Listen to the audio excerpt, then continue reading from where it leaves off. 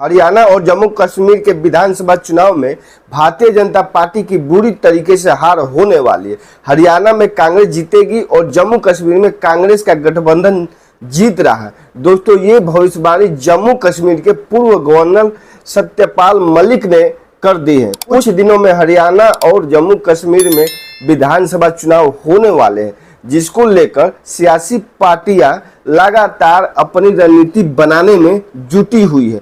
चाहे भारतीय जनता पार्टी हो या फिर कांग्रेस हो या फिर तमाम दूसरी पार्टियां हो, अपने अपने दावे, अपने अपने वादे कर रही है।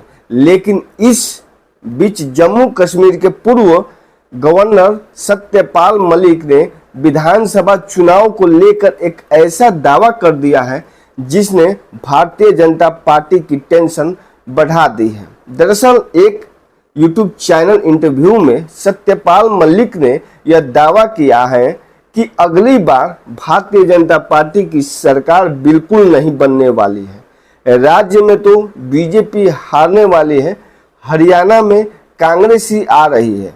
बीजेपी का कोई मास्टर प्लान काम नहीं करेगा। जनता जब खिलाफ हो जाती है तो कोई चीज काम नहीं करती है। दोस्तों, मलिक ये भी कह रहे हैं कि आम चुनाव में बीजेपी की जो हार हुई है वो उन इलाकों में हुई है जहां किसान आंदोलन था, अन्नदाता ने उन्हें हराया, वो इससे कभी खुश नहीं हो सकते। यानी कि कहीं ना कहीं अगर हरियाणा की वो बात कर रहे हैं तो किसान आंदोलन से जरूर जोड़ रहे हैं। उनका कहना है कि किसान आंदोलन का असर हरियाणा चुनाव में इस बार दिखने को मिलेगा। जोर देते हुए सत्यपाल मलिक ने यह भी बताया कि इस बार तो भारतीय जनता पार्टी बच गई थी। अगर दो दलों यानी कि टीडीपी और जेडीयू ने समर्थक ना दिया होता तो केंद्र में एनडीए की सरकार भी बन नहीं पाती। इसके अलावा केंद्र शासित प्रदेश को लेकर सत्यपाल मलिक ने बताया कि जम्मू कश्मीर में कांग्रेस और नेशनल कॉन्फ्रेंस यानी कि एनसीसी का गठबंधन है, वही इस बार जीत भी हासिल करेगा। दोस्तों, सत्यपाल मलिक जम्मू और कश्मीर के पूर्व राज्यपाल रह चुके हैं, इसीलिए बीजेपी के प्लान से जुड़ी जो बातें उन्होंने कही उस पर भी आपको गौर करना चाहिए। वो कहते हैं कि हम फिजूल में इनकी योजना को मास्टर प्लान कहते हैं, ये सब मूर्ख हैं, इन लोगों से कोई प्लान नहीं होगा।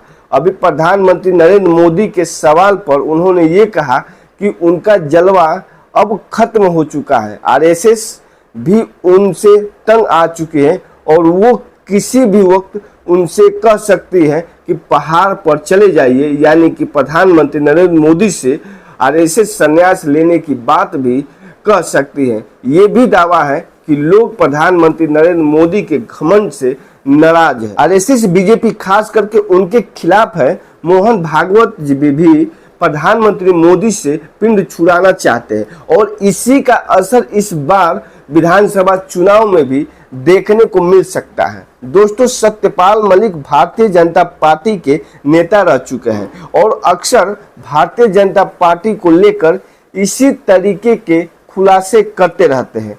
इससे पहले उन्होंने भविष्यवाणी की है जो कि सही साबित हुई है। आपको याद होगा, सत्यपाल मलिक ने दिल्ली के मुख्यमंत्री अरविंद केजरीवाल को लेकर एक दावा किया था। उन्होंने कहा था लोकसभा चुनाव से पहले अरविंद केजरीवाल को गिरफ्तार किया जा सकता है। उनके इस बयान के ठीक 10 महीने बाद ईडी ने केजरीवाल को गिरफ्तार भी कर लिया था।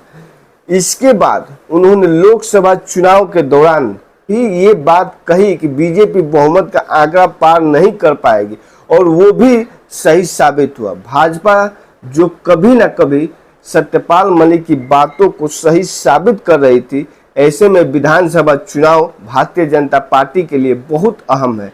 लोकसभा चुनाव में जिस तरीके की भारतीय जनता पार्टी को फजीहत झेलनी पड़ी थी, उसके बाद विधानसभा चुनाव के सहारे भाजपा खुद को ट्रैक पर लाना चाहती है। लेकिन सत्यपाल मलिक की भविष्यवाणी को अगर भारतीय जनता पार्टी नजरअंदाज कर देती है तो उन्हें महंगा पड़ सकता है।